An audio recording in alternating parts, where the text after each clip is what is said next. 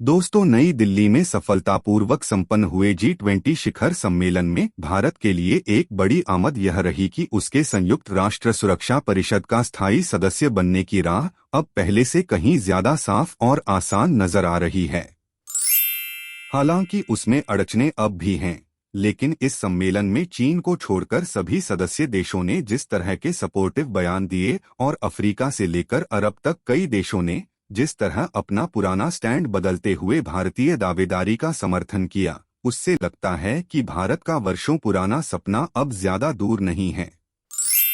लेकिन यह सवाल बहुतों के मन में है और शायद आप भी जानना चाहते हो कि जिस स्थायी सदस्यता के लिए भारत बीते कई साल से एड़ी चोटी का जोर लगा रहा है, अगर वह मिल गई तो क्या होगा। यानी भारत के संयुक्त राष्ट्र सुरक्षा परिषद का स्थायी सदस्य बन जाने के क्या फायदे होंगे। तो दोस्तों, उंगलियों पर गिनते जाइए। सबसे बड़ा फायदा यह होगा कि दुनियादारी में भारत का दखल बढ़ जाएगा और उसके मामलों में दूसरों की दखलंदाजी बंद हो जाएगी। यानी भारत को किसी भी अंतर्राष्ट्रीय फैसले में वीटो पावर मिल जाएगी, जो अभी तक सिर्फ 5 देशों यानी अमेरिका, रूस, ब्रिटेन, फ्रांस और चीन के पास है। अब आप सोच रहे होंगे कि ये कौन सी पावर है, तो इसे भी समझ लीजिए। संयुक्त राष्ट्र सुरक्षा परिषद यानी यूएन सिक्योरिटी काउंसिल दुनिया की सबसे पावरफुल संस्था है, लेकिन इसके सभी फैसले सर्वसम्मति से होते हैं। यानी किसी भी फैसले में अगर एक मेंबर भी असहमत हुआ या उस पर ऐतराज जताया तो वह फैसला कूड़े के ढेर में चला जाता है। इस वीटो पावर का ही नतीजा है कि भारत आज सुरक्षा परिषद के 4 स्थायी सदस्यों का समर्थन पाकर भी इसका सदस्य नहीं बन पा रहा, क्योंकि 5वां सदस्य यानी चीन इसके खिलाफ है। इसी तरह आप कई वर्षों से सुनते आ रहे हैं कि कई बड़े आतंकी समूहों और उनके सरगनाओं को अंतर्राष्ट्रीय आतंकवादी घोषित करवाने की भारत की मुहिम सुरक्षा परिषद में सिर्फ एक वोट से फेल हो जाती है। यानी 4 देश तो इस पर सहमत होते हैं, 5वां मेंबर चीन वीटो का इस्तेमाल कर प्रस्ताव खारिज करवा देता है।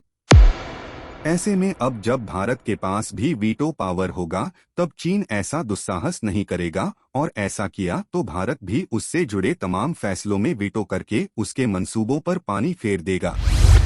इस वीटो पावर को इंडियन कॉन्टेक्स्ट में थोड़ा और समझ लीजिए। अगर भारत के पास वीटो पावर होती तो न तो पाकिस्तान कश्मीर को अब तक लेकर तमाम आतंकी गतिविधियां जारी रख पाता और न ही चीन उसे शह दे पाता। यहां तक कि पाक अधिकृत कश्मीर से लेकर चीन पाकिस्तान इकोनॉमिक कॉरिडोर तक पर भारत अपनी ताकत का इस्तेमाल कर चुका होता।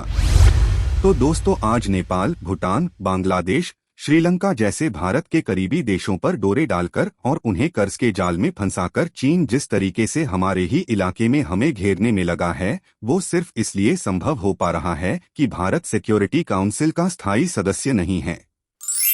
अगर भारत स्थायी सदस्य बना तो बलूचिस्तान से लेकर तिब्बत तक बोलने और करने के लिए उसके पास इतना कुछ होगा कि चीन और पाकिस्तान अपनी बचाने में जुट जाएंगे। स्थायी सदस्यता का एक और बड़ा फायदा यह होगा कि तमाम देशों और मामलों में अंतर्राष्ट्रीय प्रतिबंध लगाने से लेकर इंटरनेशनल कोर्ट ऑफ जस्टिस के फैसले लागू करवाने तक में भारत का रोल होगा और उसकी सुनी जाएगी। वैश्विक मंच पर भारत की छवि काफी बड़ी हो जाएगी और अड़ोस पड़ोस ही नहीं, पूरी दुनिया के भू राजनैतिक और सुरक्षा मामलों में उसका अधिकार क्षेत्र बढ़ जाएगा। पड़ोसी देश जो भारत से छिटक रहे हैं, वो इसके आगे पीछे घूमने लगेंगे। श्रीलंका में नौसैनिक अड्डा बनाने की तैयारी कर रहा चीन हिंद महासागर की तरफ आंख उठाकर भी नहीं देखेगा। उल्टा वह ताइवान और तिब्बत जैसे मसलों पर भारत के रहमोकरम का मोहताज होगा। स्थायी सदस्य बन जाने के बाद भारत को एक जिम्मेदार न्यूक्लियर पावर का दर्जा मिल जाएगा। अभी तक यह तमगा सिर्फ 5 देशों तक ही सीमित है, जबकि भारत 25 साल पहले ही सफल न्यूक्लियर टेस्ट के साथ परमाणु संपन्न देश बन गया था। यानी चीन जैसे शक्तिशाली पड़ोसी के साथ सीधी लड़ाई की संभावना घटेगी और वह सीमा पर कोई भी हरकत करने से पहले 2 बार सोचेगा। इसके आर्थिक फायदे भी होंगे। मसलन जिन हथियारों के व्यापार पर चंद देशों का कब्जा है और हथियार बेचकर ये दुनिया के सबसे अमीर बने हैं, उन हथियारों के बाजार में भारत मजबूती से दस्तक देगा। आपको पता है कि भारत ने तेजस और ब्रह्मोस जैसे हथियार बेचने शुरू कर दिए हैं और कई देशों के साथ उसकी डील भी हो रही है। सुरक्षा परिषद का स्थायी सदस्य होने से हथियार सप्लायर के तौर पर भारत की विश्वसनीयता बढ़ेगी और उसके ग्राहकों की संख्या भी। तब वह बेहतर डील की हालत में होगा और इकोनॉमी में एक नया आयाम जुड़ जाएगा। दोस्तो63 चलते चलते ये भी जान लीजिए कि भारत की स्थायी सदस्यता का मामला बहुत लंबे समय से चला आ रहा है।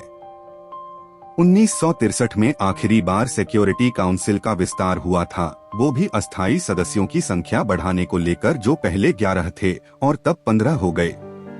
स्थायी सदस्य तो अपने अलावा किसी को घुसने नहीं देना चाहते थे, लेकिन उसके बाद से दुनिया की आबादी और भूराजनैतिक हालात बदल गए हैं।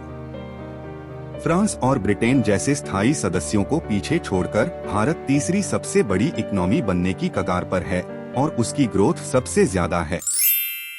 वह दुनिया का सबसे बड़ा लोकतंत्र है और यूएन पीस कीपिंग में लगातार भागीदार रहा है। इससे उसकी दावेदारी बढ़ी है।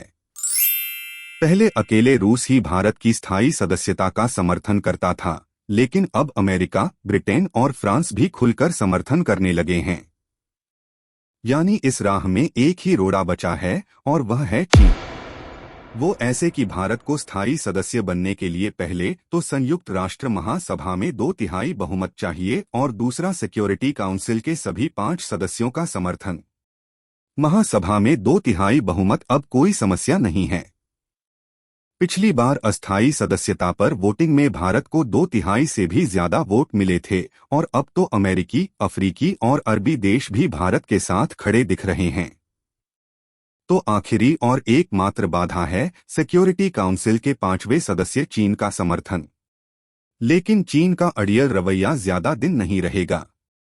अगर रहा तो यह भारत की नहीं बाकी दुनिया की टेंशन होगी, क्योंकि स्थायी सदस्यता के लिए भारत के साथ जापान और ब्राजील भी कतार में हैं और ये एक दूसरे का समर्थन करते हैं। ऊपर से भूराजनैतिक हालात ऐसे बन रहे हैं कि बाकी 4 स्थायी सदस्यों के लिए इन देशों को सदस्यता से दूर रखना मुश्किल हो जाएगा। यही नहीं, खुद सिक्योरिटी काउंसिल के वजूद को ही चुनौती मिलने लगेगी। ऐसे में आज नहीं तो कल चीन को घुटने टेकने ही पड़ेंगे।